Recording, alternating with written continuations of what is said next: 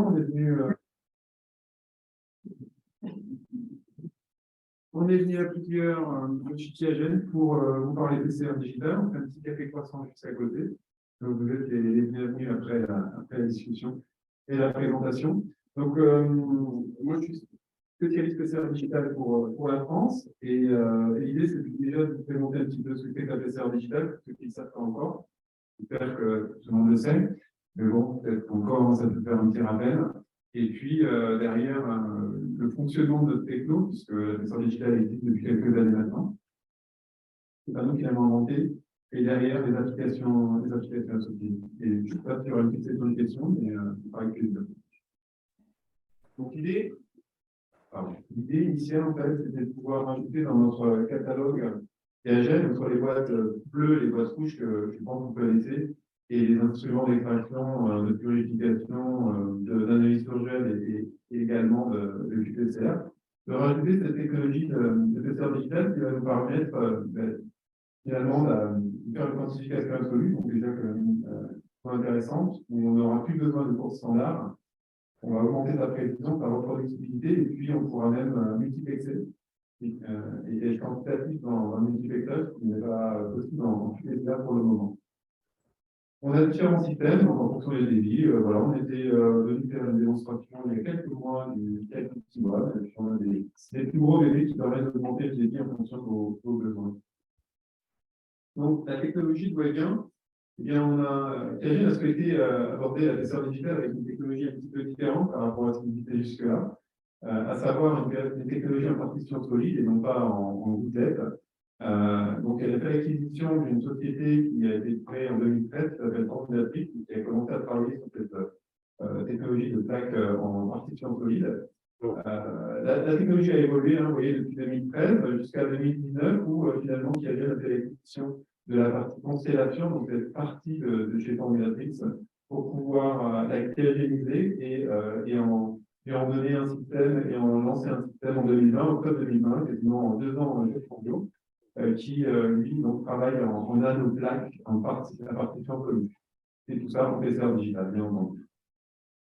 Donc, vous connaissez, j'imagine, un petit peu la PCR des années 80-85, le point final sur gel. On y est tout un peu passé, il y en a encore qui l'a à fond. Et en point final, donc, au moins cet avantage, on va dire, avantage qu'on va retrouver dans la PCR digitale. Ensuite, on s'est mis effectivement à vouloir faire du qualitatif. Donc,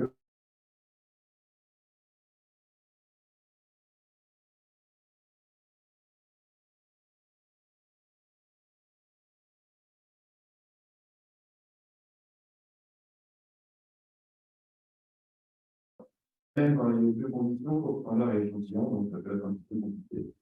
Donc, l'idée, c'était de travailler sur une troisième génération de PCR, la PCR digitale. Pour un grand mot, digital, pourquoi? Parce que globalement, on va avoir soit un point qui s'allume, donc l'identification soit pas, ce sera 1, 0, globalement, c'est ça que ça s'appelle PCR digitale.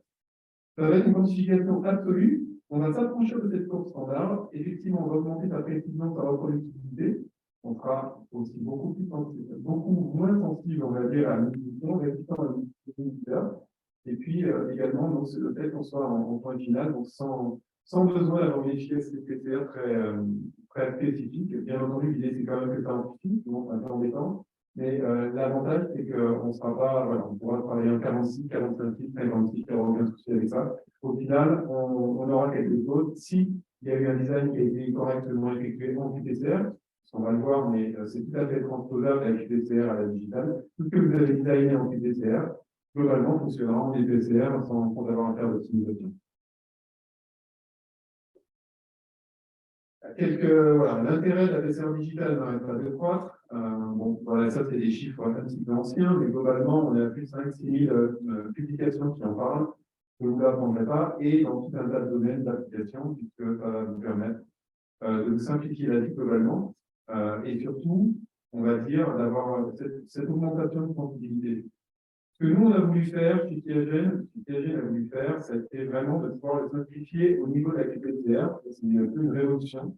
À savoir que globalement, ce que vous allez avoir à faire avec notre technologie de PCR digital, ça va être de préparer votre mix, de mettre votre oligo, au niveau que vous aurez tout pas validé en QPCR, encore une fois, et qui ont déjà été validés en QPCR, et vous allez les disposer dans des plaques dans les nanographes. Qu'est-ce qui va se passer? Eh bien, ensuite, on va les sceller, donc avec un film, comme vous avez l'habitude de faire en QPCR globalement, et on va mettre ça dans l'instrument, le KQT. Lui, il va s'occuper de partitionner. Alors, c'est quoi ce mot-là? C'est qu'effectivement, il va générer des partitions du collectif.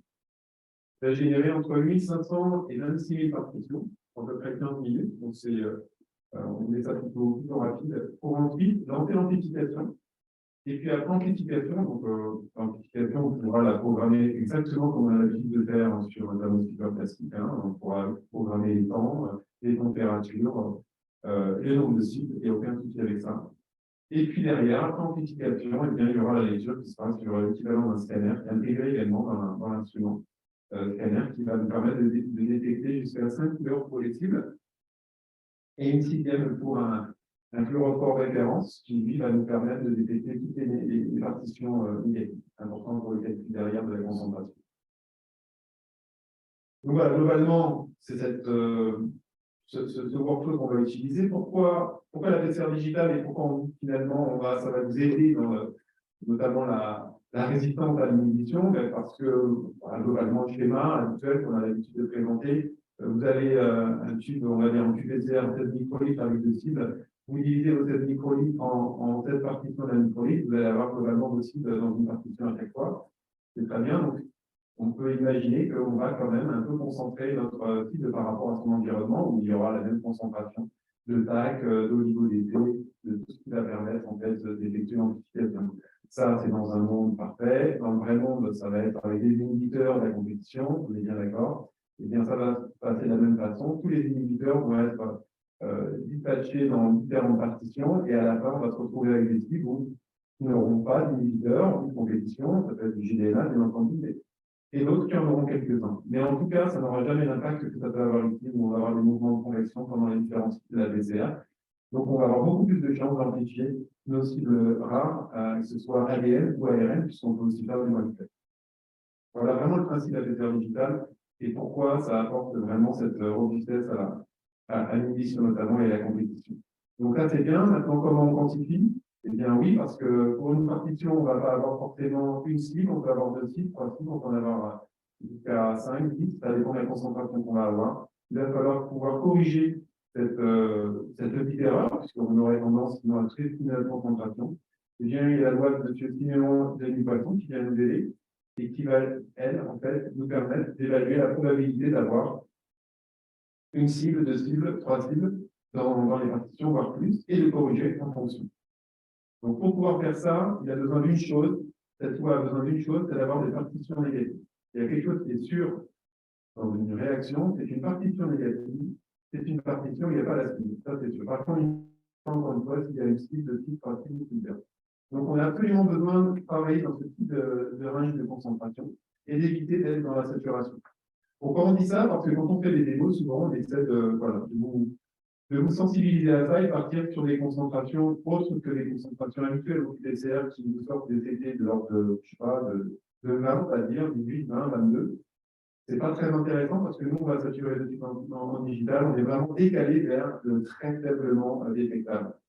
Donc, en règle générale, ce qu'on a tendance à dire et à vous conseiller, c'est de commencer à un CT de 25 et de diviser au moins pour avoir un CT équivalent d'un CT de 25 pour ensuite lancer les manips. C'est là que ça va vraiment nous permettre de voir quelque chose et de rentrer dans le vif du sujet, d'avoir une vraie quantification. Bon, la question qu'on a, qu'est-ce qu'il faut comme concentration finalement, où il faut le mettre pour pas être en saturation? Voilà. On a souvent la possibilité de comparer ça à l'ECT en QPCR. Donc, la comparaison des deux, bien, vous l'aurez compris, en termes de sensibilité, précision, sensibilité, on va avoir la possibilité de descendre à des sensibilités bien plus basses que la QPCR. Quand on est à 1%, on va descendre à 0,01%, soit à peu près une cible pour 10 000 de DD1. Donc, ça commence à faire plutôt pas mal en termes de possibilité d'aller détecter des choses qui, en QPCR, ont du mal à sortir. En réaction, bien, comme on disait, ça va être beaucoup plus résistant à l'inhibition. Donc, ça va permettre de travailler sur des échantillons qui sont issus de matrices un peu compliquées, voire très compliquées, des sols, la plante, des eaux usées.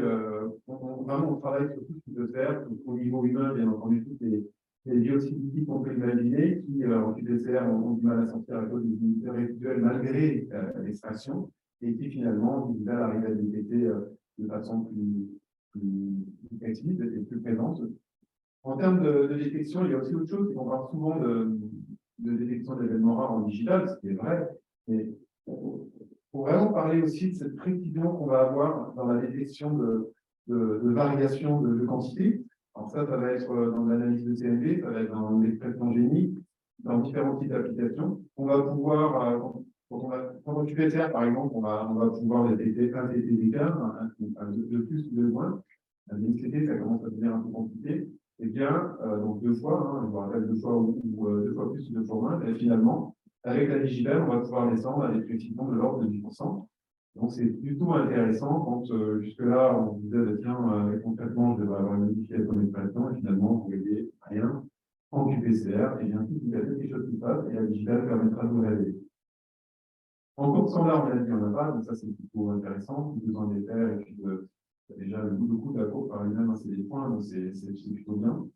Et puis, cette recette d'alimentation est vraiment intéressante. Et la reproductivité, pourquoi la reproductivité? Eh bien, on va réaliser quelque chose comme des milliers, voire 1500 à 26 000 amplifications avec votre même échantillon. Donc, on n'a pas vraiment besoin de faire de réplica technique. Et pour ceux qui en ont déjà fait, parce qu'ils ne croient pas, on voit très bien qu'on est vraiment très, très, très reproductif et que c'est systématiquement, globalement, les concentrations qui sont super posables.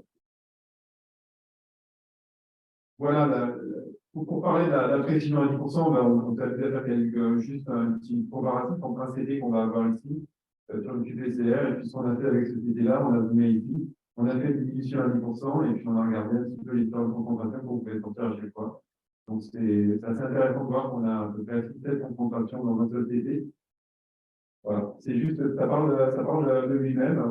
On a vraiment cette précision, on va rentrer dans des toutes petites différences d'expression ou de quantité pour du CNV. Et bon, ça, c'est vraiment la digitale qui peut y répondre. Pourquoi avoir choisi la partition colite plutôt que les bouteilles? Puisque, bien entendu, depuis 10 ans, c'est les bouteilles qui dominent le marché. Bien, en fait, on voulait s'affranchir des problématiques des bouteilles qui vont être principalement des variations de taille et la coalescence. Alors, c'est pas nous qui l'avons inventé, c'est des retours et les publications dessus. On sait que c'est un peu compliqué et que la stabilité de ces bouteilles dans le vide, eh bien, c'est pas toujours évident et la taille aussi n'est pas toujours bien respectée. Ça peut générer des variations et si on génère des variations de taille, eh bien, derrière, les logiciels ne vont pas analyser ou alors ça peut générer un biais dans le calcul de quantification copie par microlitre. Donc, très important et ça peut être vraiment problématique. L'idée, c'était de s'affranchir totalement de ça. Nos plaques, nos nanoplaques, elles, en fait, c'est des partitions déjà formées. On va se contenter juste de les remplir. Donc, une grosse différence. On ne les fabrique pas extemporanément, on les remplit juste dans le processus de lancement de la DPCR, des partitionnements. On va éviter tout risque de post-contamination, on va dire, puisque tout est scellé par le dessus, par le dessous. Vous verrez les plaques, je ne sais pas si vous en avez, mais on va passer pour que vous puissiez les regarder un petit peu et jouer avec, vous verrez un petit peu comment c'est conçu. C'est en format automatisable, c'est du SDL, donc on peut tout à fait les mettre sur des automates pour pouvoir les remplir de façon simple. Et puis, quelque chose de très important, c'est que, voilà, on a voulu l'amener au niveau de la QPCR, à savoir aussi simple que la QPCR. Pour ceux qui ont déjà fait de la dropette, eh bien, voilà, on vous fait des démos pour vous montrer que ce qu'on vous explique là, c'est pas juste du PowerPoint, c'est vraiment la réalité. Vous avez juste à fixer dans une plaque, vous la scellez, derrière, vous lancez. C'est fini. Et vous attendez 2 heures pour avoir vos résultats. C'est ça la PCR digitale chez nous. Qu'est-ce qui est important de PCR digital? Ça va être d'avoir toujours le même nombre de partitions analysables. Et justement, pour éviter d'avoir des pertes de partitions de niveau bouteille, technologie bouteille, on représente ici rapidement sur 15 bonnes un petit peu le nombre de partitions analysables qu'on va avoir sur une plaque 8500. En fait, on a 2 plaques, 8500 et 25. 2 plaques en termes de nombre de partitions, 8500 et 26 000. Et on tombera toujours dans les 1000, 1002, 1000, vous voyez. C'est pareil pour la 26 000. On va toujours tourner dans les 25 400, 25 300, 25 500. On perd un peu, certes, c'est normal. On est obligé toujours de s'affranchir de certaines partitions qui sont en périphérie. Mais derrière, on a par contre toujours le même nombre. C'est assez assez logique finalement, parce qu'encore une fois, on n'est pas soumis à des variations de stabilité de ces gouttelettes. Comment ça va marcher, le workflow? Eh bien, très simple. Encore une fois, vous préparez votre mix. Ce soir, en DAI, on va travailler effectivement sur de l'agri. En digital, on travaillera plus pour de l'agri que du cyber-agri. Ça marche mieux, ça intercale mieux, c'est plus régulier, plus intense en fluorescence, ou ensemble, bien entendu. Et puis derrière, eh bien, on va distribuer dans les nanoplaques. On va sceller avec un fil un petit peu différent. Vous voyez sur la plaque, c'est un fil bleu qui est un peu élastique, donc voilà, c'est un peu différent par rapport à ce que vous avez l'habitude de faire, soit des fils plastiques, soit des fils en aluminium, ce n'est pas le cas. Et puis on met dans l'instrument. Lui, il va partitionner, amplifier, et puis derrière, lire, comme on disait tout à l'heure. Et il ira jusqu'à 5 couleurs pour les cibles, le sixième pour la référence. Derrière, on va avoir ce type de résultat, donc classique en cluster digital, avec nos différents clusters, double négatif, positif dans une couleur, l'autre couleur, et puis le double positif présent. Tout ça, à partir de ces roues d'attaque qui sont en fait, finalement, nos chambres qui sont remplies, encore une fois, avec on n'allume pas. C'est aussi une grosse différence qu'on a par rapport à ce qui se fait depuis 12 ans, c'est que, bien, en fait, ce que vous avez amplifié, vous allez pouvoir le voir, et c'est d'ailleurs stable pendant au moins 2 jours à 4 degrés. Vous pouvez relire vos plaques si vous le souhaitez. Et quelque chose qui est sympa, c'est que vous pouvez même les réamplifier si vous le souhaitez. C'est-à-dire que vous pouvez prendre la plaque et relancer un run et réamplifier. Et rajouter 10 clics, 20 clics et voir si ça améliore. Ça ne coûte rien puisque c'est déjà dedans. Et ça peut juste vous apporter une amélioration. En comparaison justement de ce workflow, on s'est attaché à essayer de rentrer dans ces 2 heures de QPCR où on a l'amplification finalement et puis la lecture en simultané, parce qu'en real time. Derrière de nanoplaque, et puis on va être dans les 2 heures aussi avec, en plus de ça, le priming, donc le partitionnement qui va se faire à l'intérieur de l'instrument. Et on fait une petite comparaison avec ce qui existe depuis 10 ans, où il y a un certain nombre d'autres étapes qui sont dedans, qui sont nécessaires pour pouvoir arriver à réaliser votre PCR digital. Avec également donc, besoin de transfert, avec des risques de casser les gouttelettes, puisqu'elles n'aiment pas être mécaniquement bougées, pour avoir un temps qui est sensiblement plus long, entre 4 et 6 heures, on va dire, en fonction des utilisateurs. Donc, on voulait réduire le temps, simplifier la chose et l'intégrer directement dans un seul système, et avoir surtout beaucoup plus de fiabilité dans la qualité des résultats. Si on rentre un peu plus dans le détail d'un puits, et bien là, sur une plaque 96, on voit l'entrée ici, les nanopartitions, on va les appeler les nanopartitions, qui sont déjà présentes mais qui vont être besoin d'être remplies, et puis l'extrémité, l'amont de la chambre. Voilà la coupe, on va déposer ici, et puis on va voir ce qui se passe. Notre mix réactionnel, il est là, on l'a déposé. On va sceller l'ensemble avec notre film bleu, élastique, et puis derrière, on met dans l'instrument. Qu'est-ce qu'il va faire? Eh bien, il va utiliser des pistons, en fait, c'est assez mécanique, qui vont appuyer sur ce film élastique et augmenter la pression dans le puits. Il va faire forcément remplir, pousser en fait le mix à l'intérieur des nanopartitions et remplir les nanopartitions jusqu'à l'extrémité pour pouvoir finalement ensuite sceller l'ensemble, parce que vous allez me dire, si on remonte le piston, il y a tout qui remonte, c'est vrai, on va éviter ça, ce petit jeu-là. Donc en fait, on individualise ensuite chacune des partitions en scellant par-dessous avec un roller notre film du dessous, où la lecture se fera d'ailleurs, je vous rappelle. Donc ça, l'instrument, il fait peut prendre 15 minutes. Une fois que c'est fait, il lance l'amplification sur le bloc d'amplification. Comme je disais, c'est pareil que ce qu'on a l'habitude de connaître, sauf que là, on va travailler comme en plat, donc finalement, en termes de transfert de chaleur, on aura plus de chances d'aller plus vite. On ne descend pas à 4 degrés, donc on sera un petit peu plus éco-friendly. Ça évite de rester à des températures qui ne servent à rien, on est d'accord. Et puis derrière, on aura la lecture qui va se faire directement avec le scanner, jusqu'à 6 couleurs, donc incluant la référence. Petite vidéo qui est plutôt intéressante, moi je l'aime bien, perso. Elle nous permet de voir à l'intérieur comment ça se passe. Une fois qu'on a mis notre plaque, eh bien, voilà. Il y a la prise de la plaque, lecture, bien entendu, lecture code barre 2D, 1D, pardon, pour pouvoir bien s'assurer à la fois du type de plaque et de la traçabilité. Transfert sur le module de partitionnement. Et là, les pistons qui vont, eux, permettre tout simplement comme on disait tout à l'heure schématiquement, de pousser notre mix à l'intérieur de nos partitions déjà présentes. Un roller par-dessous qui va s'occuper de tout plaqué, individualisé. Il n'y a plus de jonction entre les partitions. Et une fois que c'est fait, eh bien on est bon. On peut lancer l'amplification. On a nos partitions avec une taille définie, précise, contrôlée, avec un contrôle de qualité vraiment très fin, qui va nous permettre derrière de lancer l'amplification classique et surtout de faire une quantification avec la haute pression.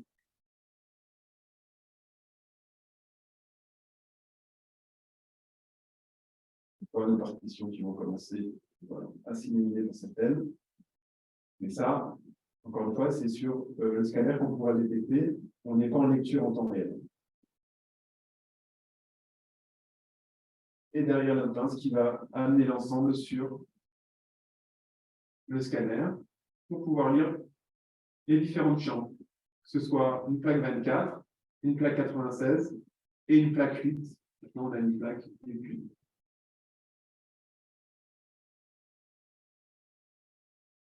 Donc tout ça, ça se fait en moins de 2 heures. Et à la fin, on peut récupérer sa plaque, la stocker au frigo, comme je disais, la relire, la réamplifier, comme on le souhaite.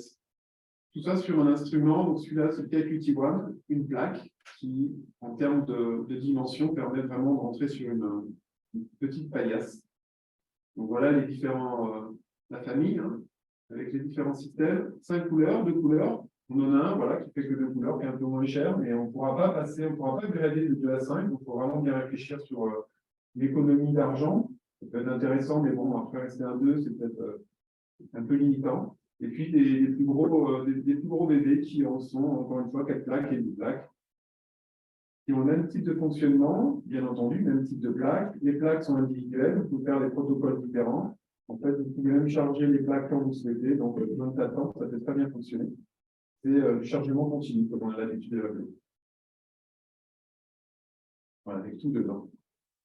Au niveau des débits, ce qui est intéressant, c'est de voir que sur un KQT1, on va avoir à peu près un run de 2 heures, hein, ce qu'on disait tout à l'heure. Voilà le type de débit qu'on peut avoir, suivant en 96 ou 24 Q. Pour un 4, en 5 heures, on fera 4 plaques. Et puis un 8, et bien en 5 heures, on fera aussi 8 plaques. Voilà. C'est le même temps, sauf qu'on va avoir 2 thermocipeurs qui nous permettent d'avoir beaucoup plus de débit. Et puisque bon, vous l'aurez compris, c'est au niveau du thermocipeur qu'on va un petit peu bloquer sinon. Donc, en termes de système et d'encombrement, 38 cm, pas très lourd. Et on rajoutera un PC, on a un PC portable qui est fourni avec l'instrument à côté, qui permet de préparer son run. Il est relié avec un câble réseau pour pouvoir envoyer l'information simultanée au KQT. Sachant qu'en plus, ce soft, effectivement, peut être sur le réseau, on va le voir. Au niveau des fluorophores, c'est un peu souvent les questions qu'on peut avoir. Quel fluorophore on peut utiliser? Les mêmes que l'outil d'un PCR, hein, rien de nouveau, c'est la même chose. Ce que vous avez fait déjà en QPCR, vous pourrez vraiment l'utiliser en digital, il n'y a aucun souci avec ça. Donc on utilisera voilà, des lagrines à la place du cider, et même d'autres tailles qui fonctionnent très bien, des alternatives un peu plus exotiques, mais qui marchent très bien aussi sur le calcul. Le logiciel, il peut être local, ce que je disais, ou alors il peut être en web application, c'est-à-dire en fait sur une machine virtuelle, si c'est possible de le faire dans votre institut. Ça vous permet dans ce cas-là d'avoir accès à distance, de programmer et d'avoir accès à distance à votre système. Ça peut être intéressant. Et également, au niveau des résultats, de les recevoir directement sur votre ordinateur. Ça peut être une grande discussion au niveau de votre service informatique, mais en tout cas, ça peut valoir le coup. Au niveau du soft, le soft, on l'a voulu assez linéaire aussi. Alors, il est CP21 par contre. Je ne parle pas chinois, c'est juste en fait une norme de contrôle qualité qui permet en fait de tracer complètement vos échantillons et les utilisateurs au début jusqu'à la fin, y compris un rapport qui peut être signé électroniquement. Voilà. Ça nous était demandé pour la pharma. Qui peut le plus, peu loin, vous pouvez ne pas l'utiliser, le désactiver. On a un autre file qui est actif dedans. On peut l'enlever sans aucun souci. Qu'est-ce qu'on va faire globalement quand on va lancer un run? C'est ça qui va nous intéresser. On va mettre le nom de ta plaque, on va mettre le type de plaque qu'on utilise. Et derrière, une description barre, là, très clairement, on remplit quasiment jamais ce type de champ, mais on peut effectivement utiliser la description qui apparaîtra dans le rapport de run. Derrière, on va réaliser ces paramètres. Donc, le priming, vous avez vu, le priming va être présent. L'amplification, on va mettre nos différents cycles d'amplification et puis les températures, chacune d'entre elles, bien entendu. Et puis, ici, la lecture. Ce qui va être intéressant, je ne sais pas si vous voyez là, ça va être qu'on peut appuyer sur ce petit plus et outre le fait de paramétrer son amplification et son imaging, on peut rajouter des cycles d'amplification et de lecture derrière, plusieurs fois, on peut le faire jusqu'à 4 fois. Donc, quand on fait une phase d'optimisation, eh bien, on peut voir à quel niveau, à quel nombre de cycles on peut améliorer en fait son résultat et sa séparabilité notamment. Et ce qui est assez intéressant pour l'avoir fait cette semaine, c'est qu'en fait, pour un run où on avait été quand même un petit peu trop stringent, pareil à 64, entre 70 et 74 degrés, je vous avouerai que ce n'est pas courant, eh bien, les résultats n'étaient pas probants. On a remis la plaque, on a rajouté des cycles à 60 degrés, et finalement, ce qui initialement n'avait pas bien fonctionné, on a vu de suite décoller des amplifications très jolies, des partitions, et on a pu rattraper ce qu'on n'avait pas réussi le premier coup. Donc, même si vous ratez, vous pouvez vous amener des chambres. Plusieurs chambres derrière. Voilà, donc ça, c'est intéressant pour l'optimisation. Les mix, eh bien, on va pouvoir travailler avec plusieurs mix sur une même plaque, dans la mesure où on respecte les mêmes températures, bien entendu. Mais ça peut être intéressant. Et donc, dans chaque mix, pour chaque mix, on mettra, bien sûr, les plus reports qui sont d'intérêt. Et puis, le système liera pour la plaque, pour la chambre d'intérêt, où il y a ce mix-là, les différents plus reports qui sont associés. On va rentrer dans l'échantillon, les contrôles, les NTC, du grand classique, et puis on pourra directement, au final, faire sa composition de plaques. Alors, on peut le faire manuellement, les remplir à la main, bien entendu. On peut également intégrer un tableau CSV pour pouvoir tout remplir en amont. Ça fait gagner du temps, directement à partir d'Excel. Et puis, quelque chose qui est aussi intéressant, c'est qu'on peut faire de l'hyper-OL. C'est que quand vous voulez être encore plus sensible, vous dites 26 000 partitions, ce n'est pas suffisant. Vous devez voir si en mettant la totalité de mon échantillon, j'arrive à sortir quelque chose. Vous pouvez faire, vous pouvez les multiplexer non pas les multiplexer, les multiplier, on va dire, dans différents puits, et finalement essayer de détecter un maximum, et jusqu'à 100 000, un peu plus de 100 000 partitions, vous aurez, puisque informatiquement, il gérera ça sur 100 000. Donc, on peut tout à fait monter à ce type de sensibilité si besoin. Voilà, ça c'était le soft, comment on prépare son run et on lance. Après 2 heures, on va avoir ce type de résultat sur le PLA 96 avec nos mix 3 couleurs, nos mix 1 couleur, puisque comme je disais, on peut mettre différents types de mix. On aura la première lecture, la deuxième lecture, ou la troisième ou la quatrième si on en a fait plusieurs, si on n'en aura qu'une, si on a quelque chose de validé qui marche très bien à la première lecture, avec les différents temps d'excitation et les liens associés. Donc vraiment, on a une traçabilité en temps de fois complète, on sait exactement où on se situe. Et on pourra faire notre analyse directement en sélectionnant les cibles d'intérêt pour ensuite avoir ce type de résultat. On aura à la fois la possibilité d'avoir ce type de résultat, voilà, où on a la représentation de chacune de nos plantes, encore une fois sur une PLA 96, avec une dilution, vous voyez là. On aura la possibilité d'éditer un histogramme dans son rapport. Bien sûr, ça c'est presque indispensable d'avoir un plot 1D qui nous donne bien les clusters négatifs, le positif, et puis au milieu, notre seuil de détection est mis en place automatiquement par le logiciel, certes, mais qui doit ensuite être modifié manuellement. Dans le cas où vous avez une séparabilité, ça correspond à cet espace, la séparabilité entre le pose et le neg.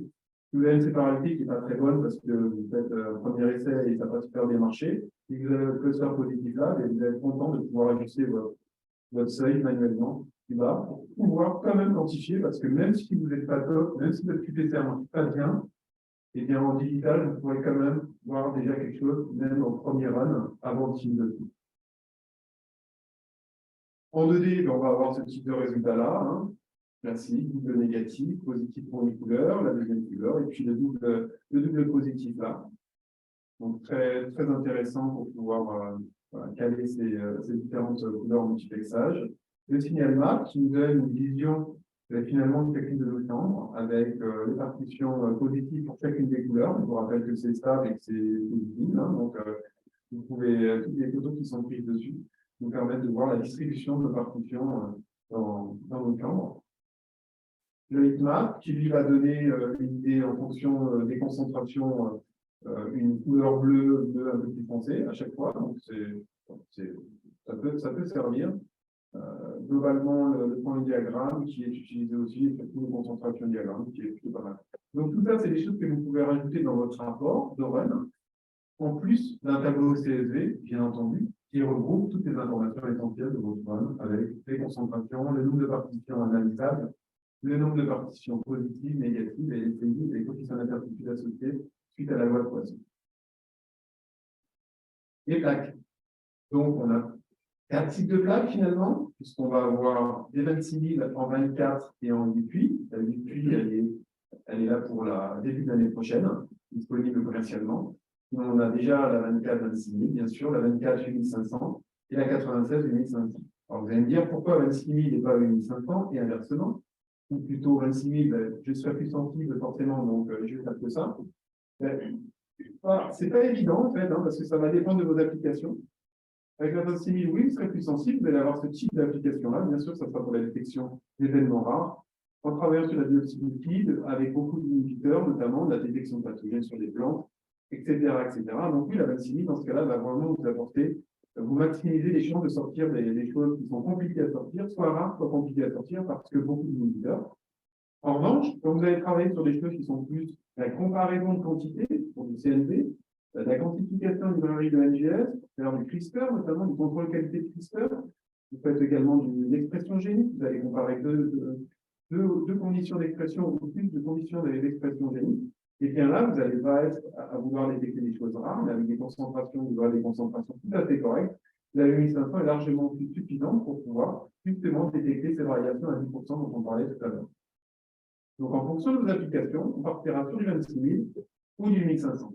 Et puis, bien sûr, l'intérêt du 1500, outre le fait que vous pouvez travailler avec un peu débit si vous en avez besoin, mais vous pouvez aussi travailler avec la 24, mais ça va être le coût, la 1500 est moins chère que la 26 000. Donc, on va payer plus cher quand finalement vous n'en avez pas besoin. Ce sera à vous de voir, mais on a en tout cas les différentes possibilités en fonction de vos besoins. On va fonctionner avec des mix qui sont propres à notre technologie, vous pouvez l'imaginer, pour pouvoir remplir des nano-partitions avec des nano-canaux. Donc, on tourne dans le moins d'une nanolitre en 15 minutes. Et effectivement, le mix, il a été optimisé pour ça en termes de fluidité et d'autres paramètres. En plus de ça, nos mix sont effectivement le record de référence, comme je vous disais tout à l'heure. Donc, on travaillera avec 3 types de mix. Le mix de son, qui travaillera donc effectivement jusqu'à 5 cibles en simultané. Le mix Evergreen. Et puis le mix OneSet, que vous disiez, on peut faire du OneSet direct, du OneSet probe, pour le moment probe, et puis l'année prochaine, on va sortir le OneSet Evergreen, qui nous permet de travailler pour le coup en probe jusqu'à 5 couleurs aussi. Et là, petit rappel, l'avantage de faire le OneSet en digital, c'est que vous allez également utiliser la technologie digitale pour pouvoir maximiser vos chances de faire une reverse transcription sur des ARN rares ou compliquées à sortir. On sait que la reverse transcriptase, elle est compliquée, elle est beaucoup plus sensible à l'inhibition. Vous pouvez finalement bénéficier de cette on va dire, de ce split des inhibiteurs, et bien derrière, des ARN qui, jusque vous ne sortez pas, vont sortir beaucoup plus facilement. Donc, à tester, on ne va pas toujours le faire, c'est vrai, mais en tout cas, quand c'est possible, la digitale, vous êtes aussi pas mal. On a retravaillé sur le OneSet d'ailleurs. En fait, maintenant, on a une relève transmitase qui, en fait, est post-start. Voilà. Parce qu'en fait, on s'est fait un peu. On s'est fait prendre le coup, on va dire. On a un KQT 4 et 8, c'est très bien. On dit, vous mettez 4 plaques et puis vous lancez votre run et puis vous attendez que ce soit fini. Mais si vous mettez 4 plaques de OneSet en RT avec une RT normale, et vous savez que la température ambiante, la RT, elle a tendance à commencer à jouer toute seule. Ça va gêner la spécificité et derrière, vous allez avoir des soucis. Donc, il a fallu optimiser et travailler sur une RT post-start. Bon, ce n'est pas à 90 degrés, bien sûr, mais à 50 degrés avec les planches. Ça nous permet d'avoir une stabilité de nos plaques. Vous n'êtes pas stressé. Vous avez envie pour mettre ma plaque en route dans un KQT, vous pouvez lancer à l'avance. Même pour un one, ça peut très bien le faire. Vous pouvez comme ça, directement, bénéficier de cette nouvelle caractéristique. Et puis en plus, on l'a retravaillé, bien sûr, pour être plus robuste. À chaque fois, on essaie de remettre une couche plus robuste à l'inhibition. Et ça marche plutôt pas mal. pour le Covid, bien entendu, on a beaucoup travaillé avec le Covid et les OUD, mais pas que. Concrètement, comment ça va se passer? Bien voilà, le protocole qu'on va utiliser sur du 4X, voilà, master mix pour la sonde, on va en mettre 10. Je vous rappelle qu'on finira dans 40 microlitres pour les plaques 24 puis 26 000 partitions. Donc 10 microlitres de mix. Et puis, on mettra globalement ce que vous avez l'habitude de faire, plus ou moins, en termes de concentration de primer sonde. Ça tourne dans ces eaux-là. Après, on en discute. Hein. Là, on est peut-être un petit peu haut en termes de concentration. On peut tout à fait l'ajuster. Et ce qu'on fait habituellement, très honnêtement, on part globalement sur ce que vous avez l'habitude de faire et ça marche plutôt pas mal. Et puis, derrière, on complétera avec de l'eau. Une enzyme de restriction. Pourquoi? Elle est optionnelle. Hein. Ça va vous permettre, en fait, suivant vos applications, bon, déjà, si vous avez beaucoup d'ADN génomique, ça peut vous permettre effectivement de favoriser la distribution dans vos champs et d'éviter d'avoir un peu de flux. Ça, c'est bon à savoir. On fait ça plutôt en phase d'optimisation, on a beaucoup de flux, on essaie la digestion. Mais pour du CNV, pour ceux qui en font, je ne sais pas si c'est le cas, quand on fait du copy number variation, eh bien, oui, c'est intéressant de pouvoir couper entre chaque copie, parce que sinon, si les copies sont proches, elles peuvent se retrouver dans la même partition. Dans la même partition, vous n'allez pas quantifier les 5, 10, je ne sais pas, 20 copies, vous allez en quantifier qu'une, vous allez faire vraiment en définition. Donc, dans ce cas-là, la digestion climatique a tout son sens. Donc, c'est quelque chose qu'on discutera, on discute le jour des installations, des formations avec nos ingénieurs applications. Mais en tout cas, voilà pourquoi on parle d'enzymes de restriction qui nous permettent en fait d'optimiser aussi votre manipulation. Derrière, après l'échantillon, on pourra travailler jusqu'à 28 microlitres quand on travaille en sonde, et un petit peu moins quand on travaille en élagrine, puisque lui, il est à 3 litres, c'est pas à 4 litres. Voilà. Et déjà, avec les 24-25 microlitres, on arrive à sortir avoir beaucoup plus de chances de sortir des événements rares que si on mettait 5 ou 7 microlitres. Les différentes applications, eh bien, globalement, c'est large. Hein. La détection de mutation n'est pas que du CMV, du SNP, bien entendu, l'expression génique, beaucoup des l'IRNA, c'est très bien appliqué pour les l'IRNA. On travaille aussi avec des industriels, des pharma qui font du cell thérapie. Ça marche beaucoup pour tous les contrôles qualité, notamment du CRISPR. Les OGM, tout ce qui est microbiome et puis détection de pathogènes, toujours pour les mêmes raisons. Hein, c'est des matrices compliquées qui permettent avec la digitale en fait, de sortir, de ne pas franchir d'un certain nombre d'inhibiteurs. Alors attention, les inhibiteurs, on ne les fait pas disparaître, hein, ils restent présents, donc vous êtes quand même assujetti à vraiment faire votre extraction. Ça, c'est sûr, il faut faire une extraction de purification. Et même dans ce cas-là, ce qui reste des inhibiteurs, vous aurez de meilleurs résultats avec la digitale, ça c'est sûr. Et puis derrière, ça peut même générer des références. Donc, non, c'est très puissant en termes de technologie et très large en termes d'application.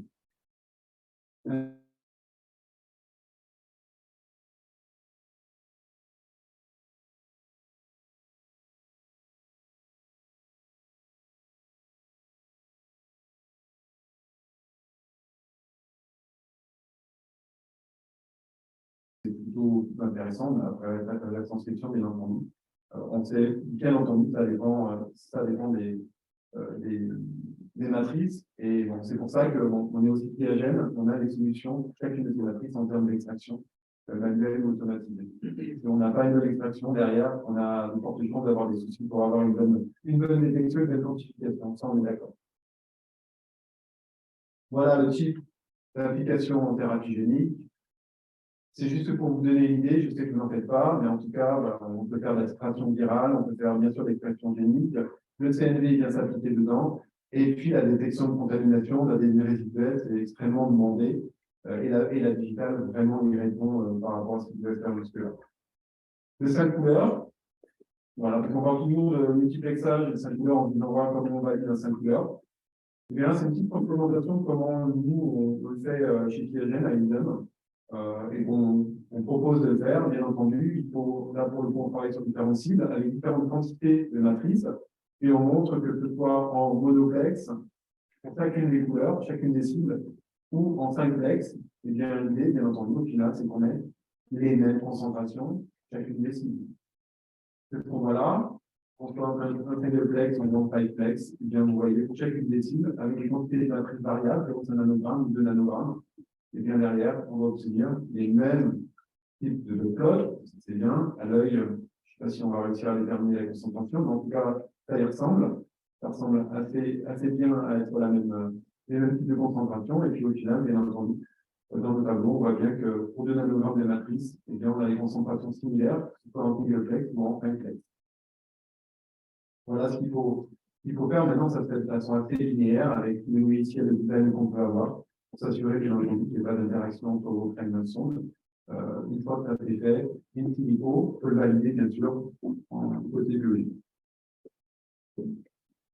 On a différents essais aussi, en plus de la techno, et on va pouvoir bénéficier de tout ce qui a été mis au point chez nous depuis quelques années maintenant, depuis qu'on fait la QPCR, à savoir pour la détection de mutation, des TLD, des expressions géniques, et plus même, des pathogènes. On va pouvoir vous proposer sur GenGlobe un certain nombre d'essais, on peut également vous proposer les designer pour vous. On a ça aussi en outil. On a une technologie, je ne sais pas si vous la connaissez, technologie ELENA de chez Exico, une société qu'on a rachetée il y a 4 ans, quelque chose comme ça, qui est l'offre nucléique acide, qui permet en plus, en fait, de pouvoir travailler sur l'affinité des primers et des sondes sur leur cible, et donc finalement d'augmenter artificiellement, je ne sais pas si on peut dire artificiellement, mais si je crois, c'est ça, c'est artificiellement la stringence d'un oligo. C'est pas mal quand on veut faire notamment du multiplexage, parce que vous allez pouvoir comme ça, réduire la taille de vos sondes, et puis derrière, avoir les mêmes TM pour différents types d'essais. Voilà pour le CNV, pareil, on a un certain nombre d'essais déjà présents. Pour l'expression génique, on en a encore plus, puisqu'on bénéficie de tout ce qu'on a fait effectivement en QPCR. Le transfert QPCR des PCR, avec un visuel est vraiment linéaire, donc on les valide tout à fait en digital facilement et rapidement. Au niveau de la détection de pathogènes, eh bien, on a lancé dernièrement à peu près 700 essais différents en fonction du type de pathogène. Donc, pour ceux qui ne les ont pas encore designés ou qui n'ont pas de design extraordinaire, eh bien, peut-être que ça peut faire votre bonheur de trouver les effets adéquats dans le catalogue de Django. Voilà. Je vous ai tout dit. L'idée, effectivement, c'est que ce ne soit pas quand même pour du diagnostic, on parle de la ici, même s'il y en a qui. En tout cas, voilà, c'est bon pour vous? Est-ce que vous avez des questions? Merci pour la présentation. Deux questions de gros sous, on va dire. L'appareil de 5 couleurs d'une plaque ici, il est à quel prix catalogué? Il va tourner avec 2023, parce qu'on va parler de 2023 maintenant. Il va tourner dans les installés dans les 55 000 €. Ok. Et au niveau d'un point de réaction? Et au niveau d'un, je n'ai pas pris tous par cœur, mais au niveau d'un point de réaction, on va tourner dans les catalogues du niveau, en fonction de vos applications, du nombre de réactions. D'accord. Mais on est à l'entour de 2 € catalogue. Ah oui. Suivant que ce soit une plaque 1005 ou une plaque 26 000. 26 000, ça sera plus cher. 1005, voilà, ça dépend. Et quand on parle au point, c'est le mix avec la plaque par elle-même. Et en fait, moi, j'avais rajouté vos primers. Oui, après, on voit quand même nos sondes. Donc, c'est pas très cher au niveau du point. Après, si vous avez un appareil de PCR. Voilà, alors au niveau du coût au point, c'est un peu plus cher que la QPCR, mais en fait, ce que vous allez voir derrière, c'est que vous avez plus de gamme standard. Déjà, vous économisez le point de gamme standard. Vous avez plus de réplica, parce que vous avez des réplicas QPCR, ben là, vous les oubliez. À chaque fois, vous divisez par 2 ou 3 suivant la réplica, donc ça va prendre en considération. Et en plus de ça, cerise sur le gâteau, on va dire, si vous faites la sonde, elle vous fait multiplexer, et vous savez quantitatif, parce que vous ne pouvez pas faire en QPCR. Et finalement, ça va faire encore réduire le coût. Et en plus, vous allez être beaucoup plus robuste dans vos résultats parce que vous allez travailler dans le même puits. Vous voulez faire des puits différents avec chacun de couleurs. Voilà, vous n'apprendrez pas. Donc, tout ça, vous le maximisez dans le digital. Donc, au final, vous allez vous retrouver, voir ça sera même peut-être moins cher. Avec tous les avantages de la digital. Ça coûte 20 centimes en termes de PCR, donc vraiment rentabiliser, ça va être dur. Ouais, non, mais ça dépend effectivement de. Ça dépend de lui, ça dépend de son PCR. Enfin, je suis pas raté, je suis ensemble. Je les avais calculés, je les avais calculés. C'est vraiment rien du tout. Ça dépend si vous êtes en train effectivement les green. Et puis voilà, encore une fois, pour calculer tous les points, vous ne faites pas. Donc, oui, c'est pas, je sais que ça peut être pas cher du tout. Il y a quand même un certain nombre d'avantages que ça vous amène aussi, donc un peu plus cher pour tout ce que ça vous amène. Je ne dis pas que c'est moins cher. Hein. C'est vrai que nous, par exemple, dans mon labo, on fait justement de la courbe standard, de la quantification absolue. Et quand on a déjà 5 courbes sur la plaque en 60 points, on a déjà. Ah ben, vous faites le calcul vite fait pour tirer déjà les 5 courbes standards. Je suis sûr qu'on va se rapprocher de la santé. On a déjà parlé ici. Donc, vous savez que je suis convaincue qu'on va résultat. Après, c'est pour nos applications. Mais moi, ça tiendrait qu'à moi, ça fait longtemps qu'elle s'est installée, la machine. Oui. Donc, ouais. J'ai fait les essais et tout sur mes échantillons, je sais. Elle pourrait tourner depuis 6 mois. Ah oui. Ah oui. Tout à l'heure, vous avez soulevé que le problème avec les grands têtes PCR, finalement, c'était la variation de taille sur les grands têtes. Est-ce que dans votre système, les nanochamps ont aussi des variations de taille, ou quelquefois peuvent être déformées? Est-ce qu'on a un dispositif qui permet de venir vérifier la qualité des champs pour les supprimer, de sortir Alors, il y a plusieurs choses en fait. C'est que vous avez raison. Il y a déjà le contrôle qualité qui va être fait au niveau de l'instrument. Quand il va lire ce taille ce report de référence pour s'assurer que les tailles et les partitions sont justes et qu'il n'y a pas effectivement une anomalie avec, on va dire, une partition qui serait à moitié formée. Parce que, voilà, par exemple, c'est des moules hein, qui font ça. Donc, il y a déjà ce contrôle-là, et c'est validé automatiquement, en plus de la détection de toute poussière et quoi que ce soit qu'il pourrait y avoir. C'est le logiciel qui invalide ça. Mais plus que ça, c'est qu'en fait, comme nous, on fabrique nos plaques en amont et on fabrique nos partitions en amont, avant qu'elles soient livrées, elles sont fabriquées déjà, elles existent déjà dans nos plaques. Ça change la donne, c'est-à-dire que nous, on peut déjà faire le contrôle qualité sur chacune des chambres en production. Et on contrôle le laser chacune des chambres et la taille des chambres. Et en plus de ça, d'un moule à l'autre, vous allez me dire oui, mais ça peut varier. Oui, bien sûr, d'un moule à l'autre, on peut avoir des toutes petites variations. Les variations qu'on va avoir d'un moule à l'autre, d'un batch à l'autre, un numéro de lot à un autre, on va les corriger avec un BPF, un petit facteur de correction, qui est sur notre site internet et qui suit les numéros de lot en fonction des petites variations, aussi infimes soient-elles, de la taille de nos partitions. Donc, ce n'est pas pris à la légère, c'est extrêmement contrôlé dès la production et en plus, recontrôlé pendant votre analyse par on va dire l'intelligence artificielle du logiciel qui va détecter toutes les partitions grâce au report de référence. Donc, il y a un double contrôle. Oui, et puis pour la taille des partitions en complète, il y a des publications qui en parlent. Hein. On en a encore reçu une récemment. C'est des choses pour NIB qui font les contrôles. Hein. C'est à Ljubljana, ils font des contrôles de ça. Ils sont très très pointus dessus. Et malheureusement, je dirais, pour la droplet digitale, c'est vraiment connu et ça pose un problème. Puis pour vendre encore un peu de Piagène, ce qui m'est arrivé en fait sur mes échantillons, aussi bien sur Piagène qu'en droplet, j'ai un inhibiteur dans mes échantillons qui ont fait que les gouttes ne sont pas faites, l'émulsion ne s'est pas faite.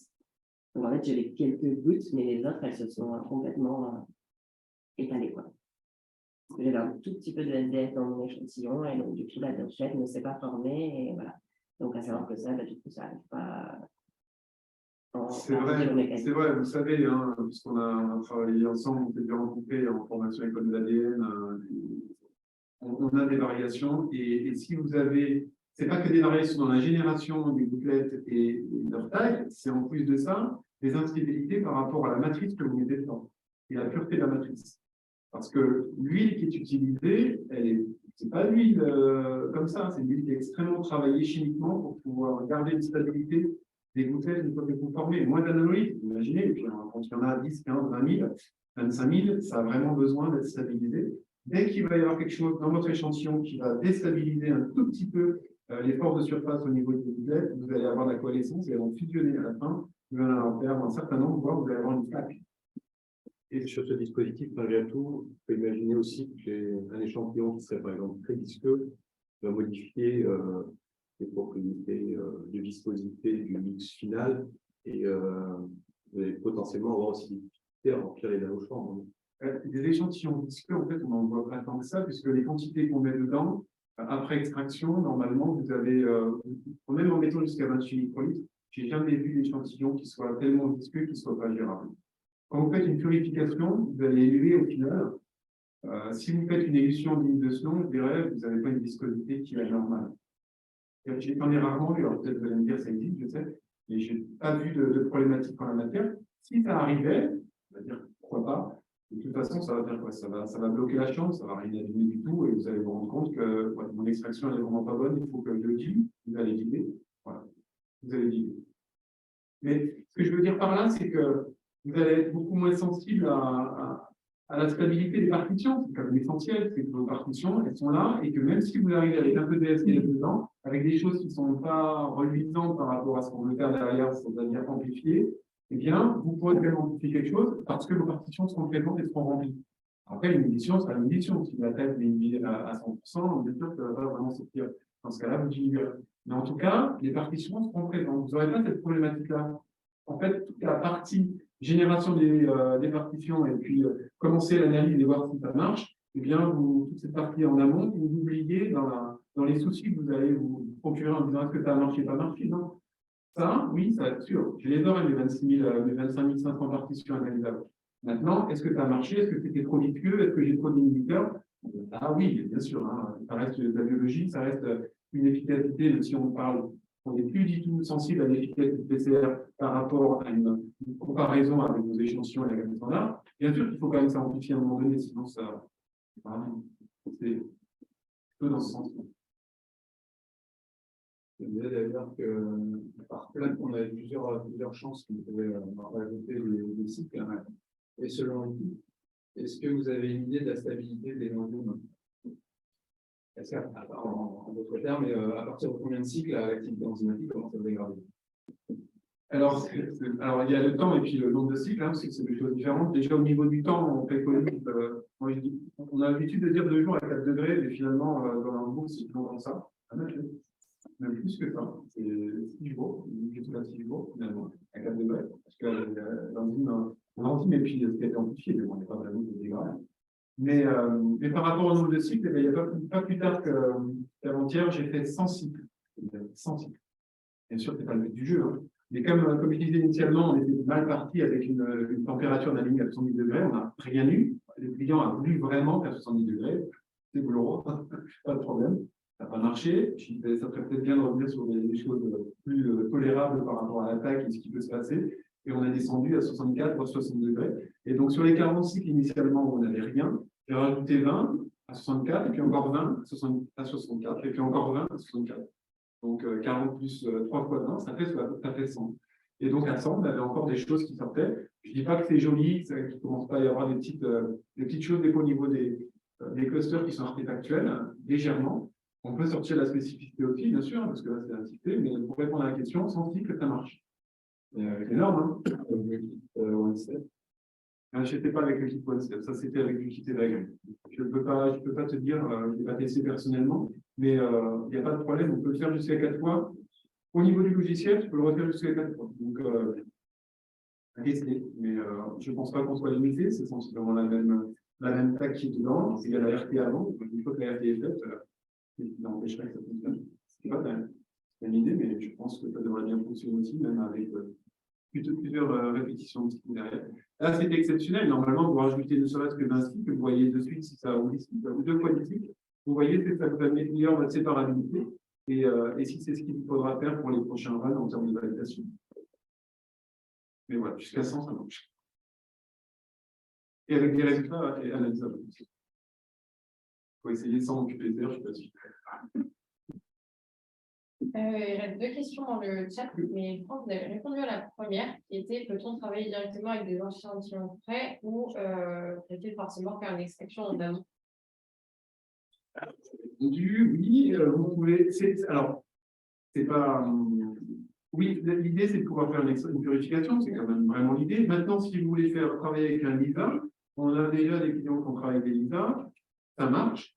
faut un petit peu les diluer, on est d'accord. Ça servira davantage plus pour l'histoire de l'émission, plus que pour une problématique de génération de partition, vous l'aurez compris, puisqu'elles sont là. Mais effectivement, vous pouvez tout à fait travailler les ISA et amplifier derrière et voir à partir de quelle dilution l'amplification marchera bien et simplifier le processus. Ouais, ça marche très bien. D'accord, merci. Et la deuxième était, avez-vous un protocole pour récupérer les partitions avec un signal positif? Non. Alors, pas encore, parce qu'aller récupérer les partitions amplifiées, c'est effectivement une question qu'on a assez souvent. Comme vous l'avez vu, tout est scellé, recellé dans tous les sens, on va dire, pour éviter les contaminations. Donc, c'est l'avantage de l'inconvénient, c'est qu'une fois que c'est scellé, pour aller le rechercher, c'est plus compliqué. Donc, pour le moment, on n'a pas ça. Je ne vous cache pas qu'on travaille dessus parce qu'on a souvent les remarques et puis pour certaines applications, ça aiderait. Et voilà. Mais en tout cas, c'est pas prévu à la base. On travaille dessus. D'accord, merci.